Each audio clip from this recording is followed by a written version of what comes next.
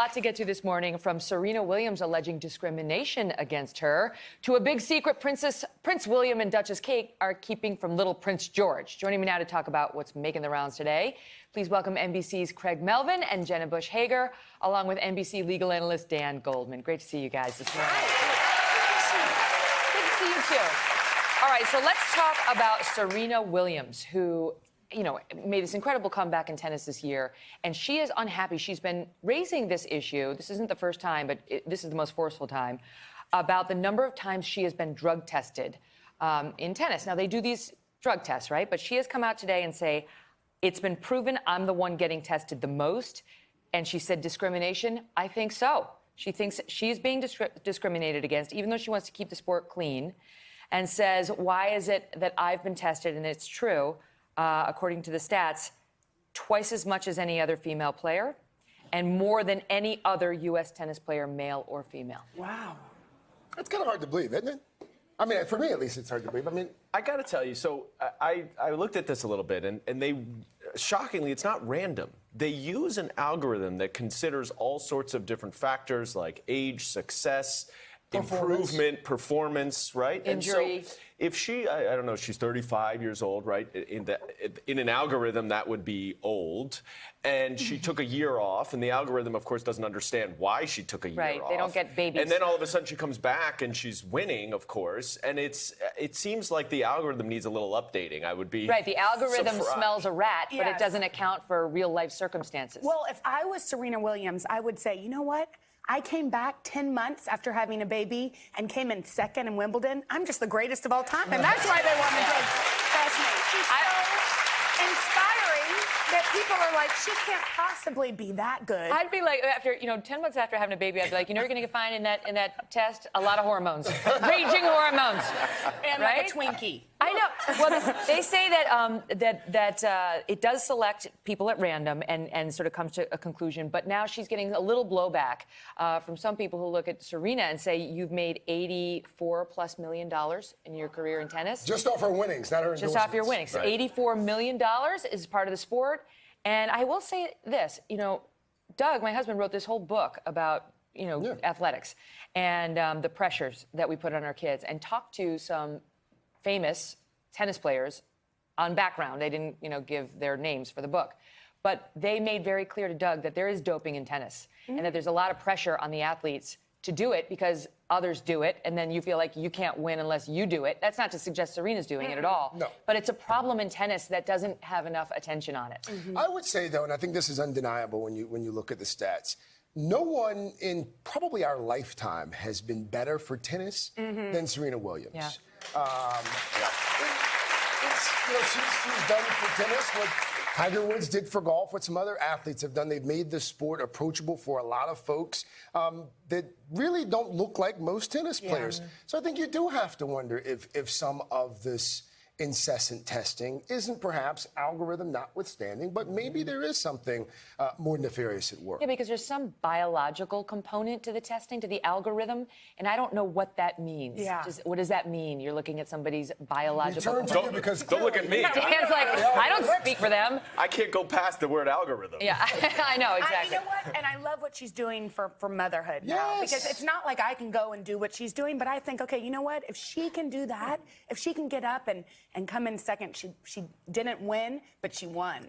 Yeah. If she can do that, then I can get up and try to take my kids to camp. I was going to say, you could do what? Because that definitely does not make me feel like I can go down the tennis court and do what she does. She inspires me. I mean, I think she's showing that mothers can be complex. We can do a lot of different things, and it's not exactly what our parents' generation used And to look also like. that it's not easy. She's been open about the difficulty in getting back.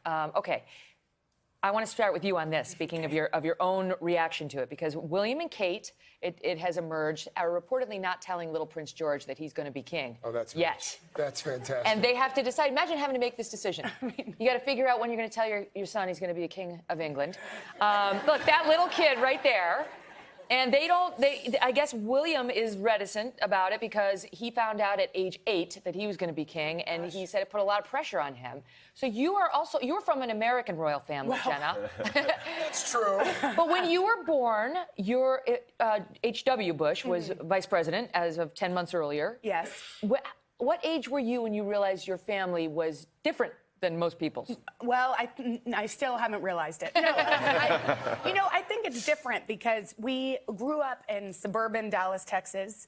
We had a really normal childhood, but then my grandpa was president, and we went to his inauguration, and my sister came back and asked all of her friends when their grandpa's inauguration was. This was before Twitter. This was before iPhones. He was a grandpa first. He really was. And so... Did you ever feel pressure? Like, okay, there's a lot of scrutiny on my family. And... Obviously not. I made mistakes. I think, that was the best gift our parents gave us, is that they never held us up to perfection. Do you have to have that kind of talk with your kids? Like, no. So, let's talk about Grandpa. What's hilarious is, Mila started realizing that my grandparents have Secret Service, and she's like, "Who are these people?" Yeah. And I'm like, "Oh, they're Grammy and Hefe's friends," but she's like, "The agents?" She calls them the agents, and I'm like, and then other people. So there's a little bit of that, but I will say it's hilarious because imagine if I sat down Mila and I'm like, "All right, Mila, in 2038 you're going to be a dentist." Right. It's like predicting somebody's future. The kid has no choice. Well, I mean, he could abdicate, but the odds are slim to down. A lot of pressure. You know what, though? Just imagine if they did tell him too early. His entire attitude would probably change. Like, you really need to clean your room. No, I don't think so. No. I think I'm in charge. I think maybe you should be cleaning your room. Perhaps you should be bowing or curtsying or something too much. I heard that his favorite song is "I Just Can't Wait to Be King" from The Lion Oh, King. no! And he goes around singing it, and I'm funny. He may rue the day he felt that way. Real. I mean, they could hold it off from 8 until 10. Yeah. I mean, he's gonna learn. Well, the kid's in school. Yeah, exactly. Right? Like, it's not a fun. You can't keep it from him. I think Prince William, who has talked about the pressure he felt, he's going to have to figure out a different way to take the pressure off. It's not going to be, let's just not tell him. Right. Surprise! At the coronation. By the way, you're 30. Guess you're what? the king. All right, I have to get this in before we go. They've had all these reboots. Roseanne Murphy Brown is coming back, and now they're talking about a possible Frasier reboot. I live for the show Frasier. It has the record for the most Emmys for a scripted series ever, 37, and there's a reason for that because it was brilliant. We have a little clip from one of my very favorite episodes. Watch. Feels good to be back in class again, doesn't it? It's fantastic. I'm almost jealous of whomever gets to sit here during the day and make learning his full-time occupation. Well, judging from the carving on your desk, it looks like his name is Ozzy. Yes, and apparently he rules. Bring it back. Bring back all the characters, too, though. Bring back Niles and Daphne. Poor John Mahoney, he died this year, but Frasier, it was so clever, so funny, and I feel like just Allison Frasier could get it done, but everybody was amazing. It's coming back. What do you think? You want to see it? I want to see it, but I want to see Beverly Hills. I was more of a 90210 night soap star.